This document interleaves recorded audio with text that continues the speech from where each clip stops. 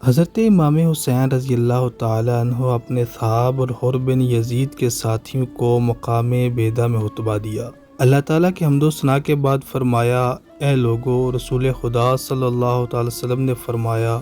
کہ جو کوئی بھی ایسے حاکم کو دیکھے کہ ظلم کرتا ہے، خدا کی حدود کو توڑتا ہے، سنت نبوی کی مخالفت کرتا ہے اور سرکشی سے حکومت کرتا ہے، اور اسے دیکھنے پر طاقت کے باوجود بھی کوئی مخالفت نہیں کرتا اور نہ اسے روکتا ہے، تو ایسے آدمی کا اچھا ٹھکانہ نہیں ہے۔ جو ان حاکموں نے شیطان کی اطاعت اختیار کی ہے اور خدا کی اطاعت کو ترک کر دیا ہے، فساد کو ظاہر، حدود شرع کو معطل کر دیا ہے، اور مال غنیمت کو غصب اور حرام کو حلال اور حلال کو حرام کر رکھا ہے، ان پر اعتراض کرنے کا سب سے زیادہ مجھے حق ہے۔ تمہارے خطوط میرے پاس آئے، تمہارے قاصد میرے پاس تمہاری طرف سے بیعت کرنے کے لیے آئے کہ تم میرا ساتھ نہ چھوڑو گے،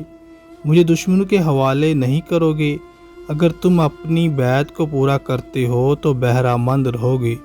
میں حسین ہوں، علی و فاطمہ بنت رسول رضی اللہ تعالیٰ عنہما کا فرزند ہوں، میری جان تمہاری جانوں کے ساتھ اور میرے اہل و عیال تمہارے اہل و عیال کے ساتھ ہیں۔ میں تمہارا پیشوا ہوں، اگر تم نے ایسا نہ کیا اور عہد و پیمان کو توڑا اور میری بیعت کو اپنی گردن سے اتار پھینکا، میری جان کی قسم یہ بات تمہارے لیے کوئی نئی بات نہیں۔ یہی سلوک تم نے میرے باپ، میرے بھائی، میرے چچا زاد مسلم بن عقیل کے ساتھ کیا ہے۔ میں نے تم پر بھروسہ کر کے دھوکہ کھایا، اور جس نے بد عہدی کی اس کا وبال اسی پر آئے گا، اور ان قریب اللہ تعالیٰ مجھے تم سے بے نیاز کر دے گا۔